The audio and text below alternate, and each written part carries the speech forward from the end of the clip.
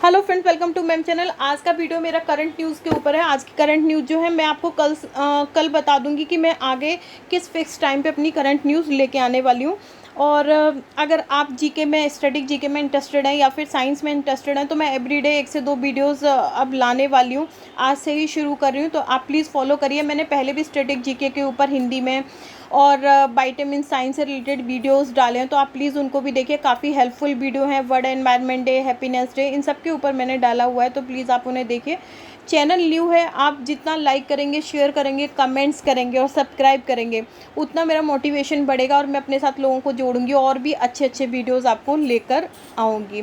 तो आज का वीडियो देर ना करते हुए शुरू करते हैं। सबसे पहली न्यूज़ है, president Droupadi Murmu receive highest civilian award of Suriname, grand order of the chain of the yellow star. तो grand order of the chain of the yellow star ये पुरस्कार है, हाईएस्ट सिविलियन अवार्ड है सुरीनेम का। इस अवार्ड से हमारी जो प्रेसिडेंट है, राष्ट्रपति हैं द्रौपदी मुर्मू, उनको सम्मानित किया गया है। ठीक है, तो कल हमारे जो प्रधानमंत्री जी हैं उन्होंने राष्ट्रपति जी को बधाई भी दी है इसके लिए। सुरीनेम की बात करते हैं तो सुरीनेम की जो कैपिटल है वो पारामारिवो है। इसके अलावा करेंसी जो है डॉलर है, सुरीनेम डॉलर या फिर नॉर्मल डॉलर भी बोल सकते हैं। प्रेसिडेंट अभी जो वहाँ पे एट प्रेजेंट है वो चान सान तोखी है। ये 9th प्रेसिडेंट है सुरीनेम के, 2020 से ये बने हुए हैं। अब सुरीनेम का मैप भी देख लेते हैं। देखिए, आप हमारे देख रहे होंगे, हमारी ये प्रेसिडेंट है और ये वहाँ के सुरीनेम के प्रेसिडेंट हैं। अब सुरीनेम की बात करते हैं तो सुरीनेम जो है ये साउथ अमेरिका का पार्ट है, जैसा आपको दिख भी रहा होगा मैप में, क्योंकि हम मैप के थ्रू पढ़ते जाएंगे जिससे कि हमें कभी पेपर में भी कोई प्रॉब्लम ना हो। जैसे यहाँ पर आप देख रहे हैं ऊपर नॉर्थ अमेरिका हो गया, ये क्या है, साउथ अमेरिका। और यही साउथ अमेरिका पे अगर आप देख पा रहे हो तो ये वाला जो पोर्शन है यहाँ पे ये इंडिकेट कर रहा है सुरीनेम को। यहाँ पे एक चीज़ इस वाले को और थोड़ा सा दिखाते हैं तो आप यहाँ पर देख रहे होंगे, जैसे ये क्या है, ग्यूनियर है गया, ठीक है, यहाँ पे फ्रेंच गुनियर है गया और ये बीच में सुरीनेम है, यहाँ पे अपना अटलांटिक ओशियन वगैरह। तो यहाँ से आप काफ़ी अच्छी तरीके से इसको फाइंड आउट कर सकते हैं। तो ये मैंने दोनों मैप दे रखे हैं, आपको जो सही लगे दोनों में से कर सकते हैं, इजी या मतलब हार्ड, जैसा भी आप कंफर्टेबल समझें। दूसरी जो न्यूज़ है वो है हमारी, Amarendu Prakash has been appointed as the next chairman of the steel authority of India, a Maharatna PSU under the ministry of steel. अब देखिए, अमरांदु प्रकाश अभी तक सोवा मंडल जो करके थी वो जो थी वो चेयरमैन थी स्टील अथॉरिटी ऑफ इंडिया की। ठीक है, ये जो सेल की जो चेयरमैन थी ये थी। अभी क्या हुआ है, न्यूली चेयरमैन अपॉइंटेड हुए हैं, लेकिन अभी ये इन्होंने कार्यभार नहीं संभाला है। ये 31 मई से अमरांदु प्रकाश को चेयरमैन के तौर पे अपॉइंट किया गया है सेल के, लेकिन ये जो है 31 मई से अपना कार्यभार संभालेंगे। 31 मई इन्होंने 31 मई 2023 से अपना कार्यभार संभाल लिया है। ठीक है, अब बात करते हैं, अगर हम सेल की बात करते हैं स्टील अथॉरिटी ऑफ इंडिया की, तो इसकी जो सब्सिडी ब्रांच है वो है Bhilai steel plant, Rourkela steel plant और भी अदर हैं। इसके अलावा इसके ये जो है फाउंड हुआ था 20 जनवरी 1973, मतलब 24 जनवरी 1973 को steel authority of India found हुआ था। इसके अलावा जो इसका हेड क्वार्टर है वो क्या है, न्यू दिल्ली। ओके, तीसरी न्यूज़ है, Bharat Sanchar Nigam limited will launch 4G service shortly in the इरुडो बिजनेस एरिया। देखो, अभी तक जो BSNL है इसके पास 3G सर्विस अवेलेबल है, लेकिन अभी रिसेंटली मतलब जल्द में ही जो BSNL है वो 4G सर्विस को लॉन्च करने वाला है, और वो भी किस में, इरोड बिजनेस एरिया में। ठीक है, अब BSNL की बात करते हैं तो ये गवर्नमेंट की बॉडी है, फाउंड हुई थी 15 सितंबर 2000, मिली 15 सितंबर 2000। हेड क्वार्टर है BSNL का न्यू दिल्ली। CEO अभी एट प्रेजेंट है यहाँ पर प्रवीण कुमार, एंड डायरेक्टर हैं इसके सुशील कुमार मिश्रा। ठीक है, नेक्स्ट जो न्यूज़ है वो है, an anti communal wing will be set up shortly Mangalore police commissionerate to look the effectively address moral policing and also their incident and that disturb communal harmony in the region, said GB परमाशरे। Home minister जो हैं जी परमाशरे, उन्होंने कहा है कि anti communal wing जो है वो शॉर्टली मतलब वो इस्टेब्लिश सेट करेंगे मैंगलुरु पुलिस कमिश्नर मैंगलुरु में। इसका काम क्या होगा कि ये जो पुलिस किस तरीके से मोरलिटी को रखती है, मतलब नैतिकता को कैसे मतलब मेंटेन करती है, या फिर कोई केस आता है तो उसको कैसे हैंडल करती है, इसके लिए यहाँ पे इसको सेट किया जाएगा एंटी कम्युनल विंग को। नेक्स्ट जो न्यूज़ है वो 5th न्यूज़ में क्या बता रहा है कि union minister for petroleum and natural gas and housing and urban affair Shri Hardeep Singh Puri, जो यूनियन मिनिस्टर हैं हरदीप सिंह पुरी, और honourable lieutenant governor Jammu Kashmir. Lieutenant governor कौन है? अब हमारी जो जम्मू कश्मीर है वो यूनियन टेरिटरी है और यहाँ के जो लेफ्टिनेंट गवर्नर हैं इस समय मनोज सिन्हा हैं। इन्होंने आधारशिला रखी है नेशनल डिजास्टर मिटिगेशन एंड यात्री निवास इन सिरदा, और ये कहाँ है? सिरदा जम्मू में। ठीक है, तो 6 जून को हरदीप सिंह पुरी ने और मनोज सिन्हा ने आधारशिला रखी है नेशनल डिजास्टर मिटिगेशन की और यात्री निवास की। इस यात्री निवास का और इनका फ़ायदा क्या होगा? देखिए, अभी कोई भी जम्मू कश्मीर वगैरह कहीं घूमने जाता है तो वहाँ पर क्या होता है कि बहुत ज़्यादा मतलब कई बार क्या होता है वो पर्वत श्रृंखलाएँ जो हैं वो गिर जाती हैं, रोड ब्लॉकेज हो जाते हैं। कई बार तो किसी को तो रूम वगैरह मिल जाता है लेकिन कहीं पे किसी को रूम नहीं मिलता है। तो अभी क्या होगा, ये जो यात्री निवास है और नेशनल डिजास्टर मिटिगेशन, ये दोनों मिलके क्या करेंगे कि जो डिजास्टर वाली प्रॉब्लम है एक तो उससे निपटेगा, दूसरा क्या करेगा कि अगर भाई किसी पर्सन को कहीं रूम वगैरह नहीं मिल रहा है तो ऐसी इमरजेंसी में ये जो निवास योजना के अंतर्गत उनको रहने के लिए जगह दी जाएगी फॉर ए टाइम बिंग। कम से कम एक साल में 30,000 लोगों के रहने का प्रबंध यहाँ पर किया जा रहा है। ठीक है, जिससे कि अगर कोई डिजास्टर से रिलेटेड मतलब कोई भी दुर्घटना होती है और वहाँ पे लोग फंस जाते हैं तो उनको कोई प्रॉब्लम ना उठानी पड़े। ठीक है, इन दोनों जो योजना है इनको फंड कौन कर रहा है? Oil and natural gas corporation इसके लिए फंडिंग करेगा। अगर हिंदी में बात करते हैं तो, और हाँ, इसमें जो एरिया है ये 1.84 एकड़ का है।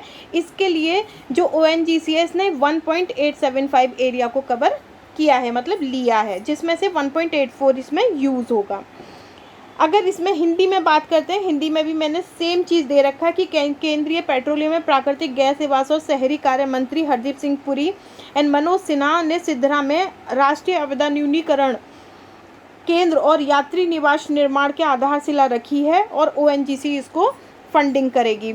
इसके अलावा यहाँ पर ये बताया नहीं गया लेकिन मैंने आपको बता दिया है कि, और हाँ, इसको मतलब ONGC ही देखेगी ये जो बनेगा।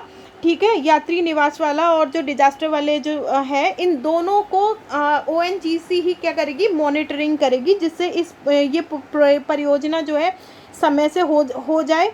ठीक है, और साथ के साथ सामाजिक जिम्मेदारी के प्रति अपनी प्रतिबद्धता को बरकरार रखते हुए निर्माण समय पे हो और पूरी कुशलता के साथ काम किया जाए, इसलिए ONGC इसको मॉनिटर करेगी। इसके बाद आता है नागालैंड की बात आती है। ठीक है, तो नागालैंड की बात करते हैं तो नागालैंड के बारे में मैं आपको बताऊंगी भी। देखिए, नहीं, नागालैंड चलो अभी रखते हैं। नागालैंड में क्या हुआ है कि अभी तक क्या होता था कि डिफरेंट मतलब वहाँ पर भी ऐसे ही थोड़ी जितने भी पहाड़ी एरिया है ना और थोड़े वैसे हैं, वहाँ पर क्या है कि प्रॉब्लम है, मतलब व्हीकल वगैरह की और जो रोड वगैरह हैं उनपे ट्रांसपोर्ट की प्रॉब्लम है। तो अभी क्या हुआ है कि यहाँ पर नागालैंड में 25 किलोमीटर का 2 लेन हाईवे, मतलब इधर वाला भी राइट और लेफ़्ट दोनों तरफ वाला जो हाईवे है ये बन रहा है। ठीक है, और ये हाईवे 25 किलोमीटर का है और ये कहाँ से जा रहा है? चकबामा टू जोहन बोटो। ठीक है, और ये पार्ट 3 पैकेज का पार्ट है जैसा मैंने, और इसका एम क्या है? to bolster connectivity with neighbor state in northwest region, offering efficient, sustainable and economic transportation option for all commuter। मतलब पूर्वोत्तर क्षेत्रों में राज्यों के बीच सड़क संपर्क बेहतर बनाना। मतलब जो वहाँ पर क्या है कि इसका एम क्या है, ये 25 किलोमीटर का जो हाईवे बनना है 2 लेन, इससे क्या है कि वहाँ की सड़कों को और बेहतर बनाना नागालैंड की। साथ के साथ इसके और पार जितने भी शहर हैं उनसे कनेक्टिविटी अच्छी बनी रहे। इससे क्षेत्र में सभी यात्रियों को सक्षम, टिकाऊ और आर्थिक रूप से वहनीय परिवहन का विकल्प उपलब्ध हो। ठीक है, ये यहाँ के इस पूरे जो हाईवे है बनाने का उद्देश्य है। ये हाईवे का फोटो दिया हुआ है। नेक्स्ट आते हैं हम 7 पे। Union minister of health and family welfare doctor Mankush Mandaviya. अब ये कौन है? Doctor Mankush Mandaviya, minister of health और फैमिली वेलफेयर। हेल्थ और फैमिली वेलफेयर के मिनिस्टर कौन है? डॉक्टर मंकुश मंडाविया। इन्होंने क्या किया है, इन्होंने रिलीज़ करेंगे, अभी किया नहीं है, मतलब ये रिलीज़ करेंगे आज के दिन 7 तारीख को, ये फूड सेफ्टी इंडेक्स को रिलीज़ करेंगे। और वो कब रिलीज़ करेंगे? वर्ल्ड फूड सेफ्टी डे का जब सेलिब्रेशन होगा। और ये सेलिब्रेशन कब है? आज है, 7 तारीख को है। और ये सेलिब्रेशन कहाँ पर किया जा रहा है? विज्ञान भवन में। और इसको जो सेलिब्रेशन का जो कार्यभार है वो संभाल कौन रहा है? Food safety and standard authority of India, FSSAI। इसको जो वर्ल्ड फूड सेफ्टी वाला जो डे को जो सेलिब्रेशन का काम है वो कौन कर रहा है? FSSAI कर रहा है। ठीक है, इसके अलावा यहाँ पर थोड़ा सा मैंने ऐड किया हुआ, अगर आप चाहें तो पढ़ सकते हैं। To commemorate the 75th anniversary of India independence as well as the International Year of Millets, the FSSAI envision organize, मतलब जो फूड जो हमारा ये है food safety and standard authority of India, ये क्या कर रहा है कि इसने एक और मतलब जो हमारी इंडिपेंडेंस की 75th एनिवर्सरी है इसके उपलक्ष्य में, और इस साल को हम किस क्या बोलेंगे, ग्रेन के रूप में सेलिब्रेट कर रहे हैं? मिलेट ईयर है ये, मतलब बाजरे वाला साल है। तो इन दोनों चीज़ों को बढ़ावा, मतलब एक तो 75 एनिवर्सरी इंडिपेंडेंस की, साथ के साथ मिलेट को बढ़ावा देने के लिए इन्होंने एक चीज़ और ऑर्गेनाइज़ की है, जिसमें कि eat right meals walkathon and eat right millets across the country. इसके अलावा इन्होंने कुछ और भी चीज़ें, कुछ मैनुअल्स को भी रिलीज़ किया है। इस मैनुअल्स में 2 manual of method of analysis to food, fish and product, the manual of methods of analysis of food, cereal and cereal product, ये भी FSSAI के ही हैं।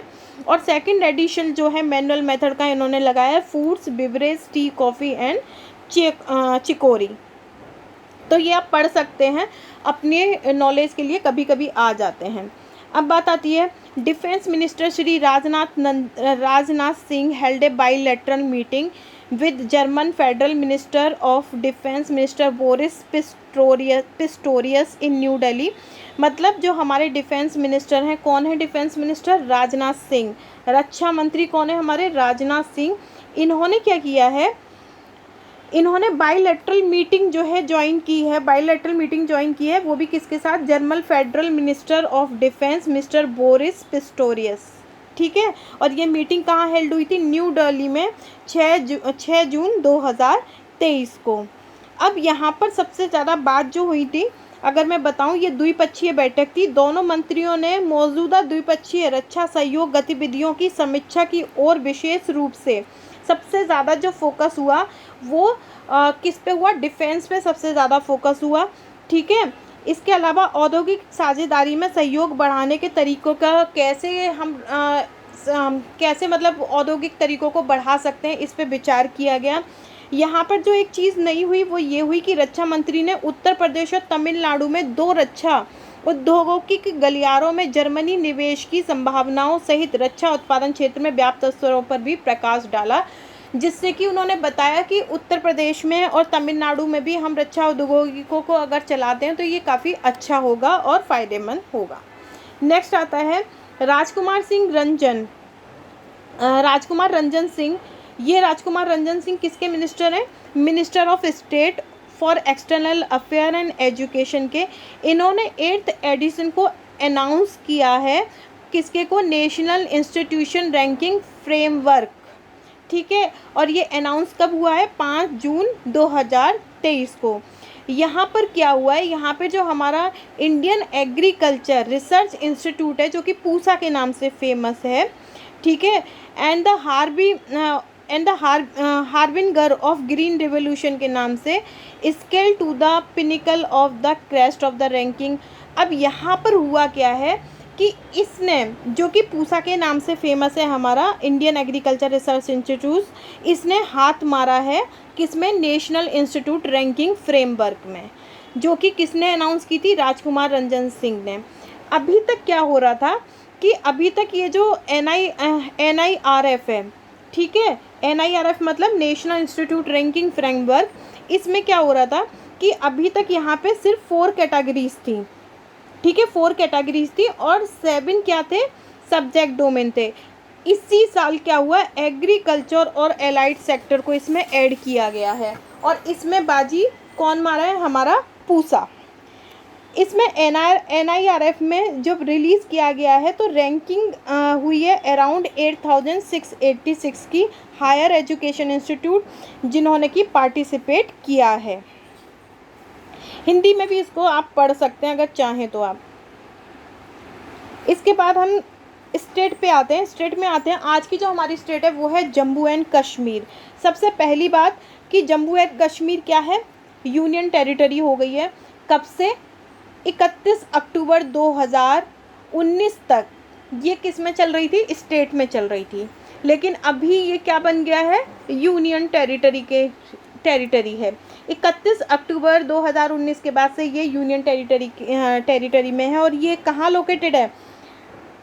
Northern part of the Indian सब कॉन्टिनेंट। अभी मैं मैप में भी दिखाऊंगी इसको, ठीक है। Subcontinent centre on the around the Jammu to the south and valley of the Kashmir to the north. मतलब इसमें सेंटर में जम्मू जा रहा है, ठीक है, और जम्मू थोड़ा सेंटर और साउथ की तरफ है, और अगर वैली ऑफ कश्मीर की बात करते हैं तो वो नॉर्थ साइड पे जा रहा है जम्मू एंड कश्मीर में। कैपिटल जो है जम्मू एंड कश्मीर की बात करते हैं तो श्रीनगर जो है ये समर की कैपिटल है और जम्मू जो है ये विंटर की कैपिटल है।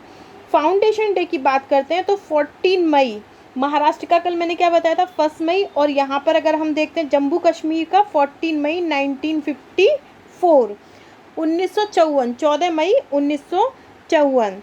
इसके बाद ऑफिशियल एनिमल जो है इनका कश्मीरी स्टैग है, कश्मीरी। इसके बाद ऑफिशियल बर्ड है black necked crane. Official tree है प्लेटेनस ओरिएंटलिस। लेफ्टिनेंट गवर्नर है क्योंकि ये यूनियन टेरिटरी है तो कोई CM वगैरह नहीं है। अभी तक महबूबा मुफ्ती वगैरह का चल रहा था, लेकिन अभी यहाँ पे लेफ्टिनेंट गवर्नर है श्री मनोज सिन्हा। एरिया जो ये कवर्ड करता है वो 2,22,236 स्क्वायर किलोमीटर। लिटरेसी रेट है 67.16%। ऑफिशियल लैंग्वेज है मेनली जो है उर्दू है, ठीक है। इसके बाद यहाँ पर कश्मीरी, डोगरी, हिंदी, इंग्लिश भी यूज़ की जाती है। डिस्ट्रिक्ट की बात करते हैं तो टोटल डिस्ट्रिक्ट जो है जम्मू एंड कश्मीर में 22 टोटल डिस्ट्रिक्ट हैं। लोकसभा की सीट की बात करते हैं 6 लोकसभा की सीट हैं और 4 राज्यसभा की सीट हैं। लार्जेस्ट सिटी जो है इसका वो क्या है? श्रीनगर, जो कि झेलम रिवर के पास में स्थित है। लार्जेस्ट डिस्ट्रिक्ट की बात करते हैं, पहले मैंने लार्जेस्ट सिटी कौन सा है? श्रीनगर, लेकिन लार्जेस्ट डिस्ट्रिक्ट की बात करते हैं तो कुपवारा है। स्मॉलेस्ट डिस्ट्रिक्ट की बात करते हैं तो गंडरवाल है, जो कि 259 किलोमीटर के एरिया को कवर किए हुए हैं। वाइल्ड लाइफ सेंचुरी गुलमार्ग है, हिरपोरा है, जसरोता है, होकेरसार है, नंदनी है, लिम्बर है एंड लच्छीपोरा है। इसके बाद नेशनल पार्क की बात करते हैं तो काजीनेक, डैचिगम, हेमिस, किश्तवर। हेमिस किश्तवाड़ जो है ये क्या है, लार्जेस्ट नेशनल पार्क है इंडिया का। लेक की बात करते हैं तो बुल्लर लेक है और ये लार्जेस्ट फ्रेश लेक है एशिया की। इसके बाद जम्मू कश्मीर की हाल फिलहाल में ही जो न्यू स्कीम है उनमें से है holistic development of agriculture and allied sector, ठीक है, एंड एस्पायरेशनल टाउन्स। नेक्स्ट है aspirational panchayat for Jammu Kashmir union territory and aspirational, ये वाला जो है ये आप काट दीजिएगा, ठीक है, ये दोबारा से आ गया एस्पायरेशनल टाउन। ये तीनों की तीनों जो हैं ये जम्मू कश्मीर की न्यूली स्कीम है। इसके अलावा आपने सुनाई होगा वो बेटी कौन सा है, इसकी स्कीम थी स्टेट हेल्थ कार्ड और सुकुम, ये भी इसकी कुछ समय पहले काफ़ी फेमस स्कीम थी, ठीक है। अब जम्मू कश्मीर की बात करते हैं तो जम्मू कश्मीर का ये मैंने मैप दे रखा है जिसमें देखिए लेह लद्दाख अभी इससे अलग से यूनियन टेरिटरी बनी गया है।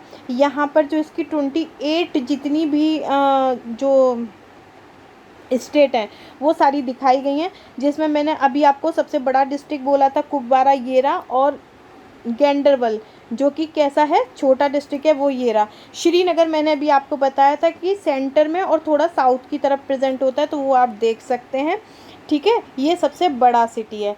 तो ये पूरा का पूरा जम्मू कश्मीर का मैप है। इसके बाद हम आ जाते हैं, हाँ, यहाँ पे एक चीज़ और, मैंने जो आपको भिलाई प्लांट पढ़ाया था उसमें छत्तीसगढ़ की बात हो रही थी। तो छत्तीसगढ़ में अगर आप देखते हैं, भिलाई को देखते हैं, तो भिलाई जो है कहाँ पर स्थित है, छत्तीसगढ़ में, ठीक है। यहाँ पर ये छत्तीसगढ़ है और यहाँ पर दिखाया गया है भिलाई को, और इसके अलावा आप छत्तीसगढ़ में भिलाई को यहाँ पर देख सकते हैं। अगर हम सीएम की बात करते हैं तो भूपेश बघेल यहाँ के सीएम है, चीफ मिनिस्टर हैं। नेक्स्ट आता है हमारा आर्टिकल 2।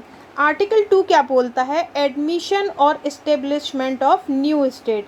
मतलब क्या बोल रहा है, आर्टिकल 2 कहता है कि हम किसी भी न्यू स्टेट को क्या कर सकते हैं, इस्टेब्लिश कर सकते हैं, ठीक है, या किसी न्यू स्टेट को ऐड कर सकते हैं। इसके अलावा आर्टिकल 2 क्या बोलता है, Sikkim to be associated with the union. Sikkim जो है यूनियन के तौर पे क्या है, एसोसिएटेड। अब इसमें क्या है, कैसे, ये हम पूरा पढ़ते हैं। देखिए article 2 constitutional debate was perform. सबसे पहले आर्टिकल 2 की जो कॉन्स्टिट्यूशनल डिबेट थी वो परफॉर्म हुई थी 5 नवंबर 1948 को, ठीक है। ये रिगार्डिंग हटा दीजिएगा। It empower the parliament to admit estimate. और ये 5 नवंबर 1948 को जो आर्टिकल 2 की जो ये डिबेट हुई थी, इसने पार्लियामेंट को नई जो स्टेट है उसको फॉर्म करने के लिए, उसको इस्टेब्लिश करने के लिए क्या कर दिया था, एम्पावर, उसको शक्ति प्रदान कर दी थी कि भाई पार्लियामेंट हमारी नई स्टेट को बना सकती है। दूसरी बात जो ये बोल रहा है, parliament can not establish a new union territory by passing a law.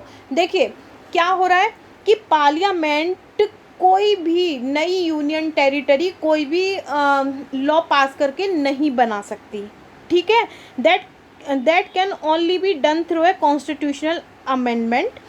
State like Sikkim not with in the India become a part of the country. अब देखो इसमें क्या हो रहा है, स्टेट तो उसने फॉर्म कर देगी, स्टेट जो है कोई भी मतलब पार्लियामेंट मिलके बहुमत से वोट देंगे, स्टेट फॉर्म हो जाएगी, लेकिन यूनियन टेरिटरी इस तरीके से ये फॉर्म नहीं कर सकती हमारी पार्लियामेंट, जब तक कि पूरी तरीके से सहमति ना रहे। इसके बाद क्या है, स्टेट लाइक सिक्किम, स्टेट जैसे कि सिक्किम था previously not with in the India, पहले ये इंडिया में नहीं था, बाद में सिक्किम क्या हो गया, हमारे इंडिया का पार्ट हो गया अंडर आर्टिकल 2 के अंतर्गत, और अभी ये स्टेट के रूप में जाना जाता है। नेक्स्ट बात करते हैं हम हिंदी में।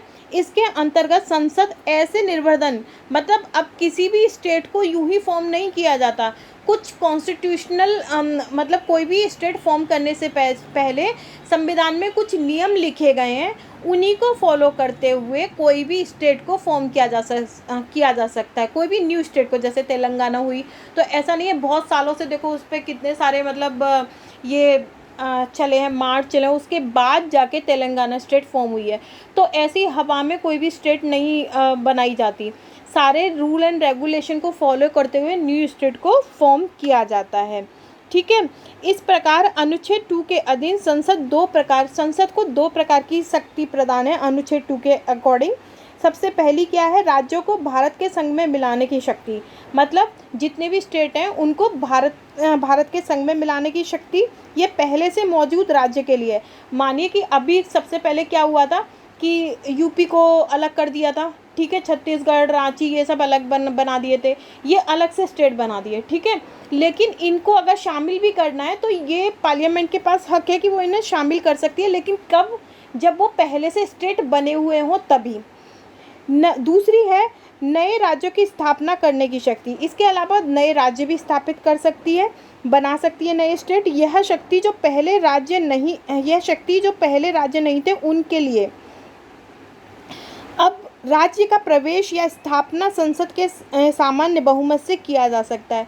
देखो, नए स्टेट कब बनेंगे, जो पहले से राज्य नहीं है तभी फॉर्म होंगे। ऐसा नहीं है कोई भी स्टेट में दूसरे स्टेट को नहीं, मतलब कुछ इस स्थान को मिलाना है तो वो कर सकती है पार्लियामेंट, कहीं नए स्टेट को जोड़ना है तो कर सकती है। लेकिन एक बिल्कुल नया स्टेट बनाना है तो वो नए स्टेट के लिए तभी वो नया स्टेट बनेगा जो पहले से फॉर्म नहीं होगा, ऐसे ही नहीं बनाया जाएगा। ठीक है, तो ये था पूरा आज का वीडियो। अगर कुछ भी कमी लगे तो प्लीज़ बताइएगा, जिससे कि मैं अपनी गलतियों को और अच्छे तरीके से सुधारूँ और आपके लिए अच्छे अच्छे वीडियोज़ ला पाऊँ। Thank you.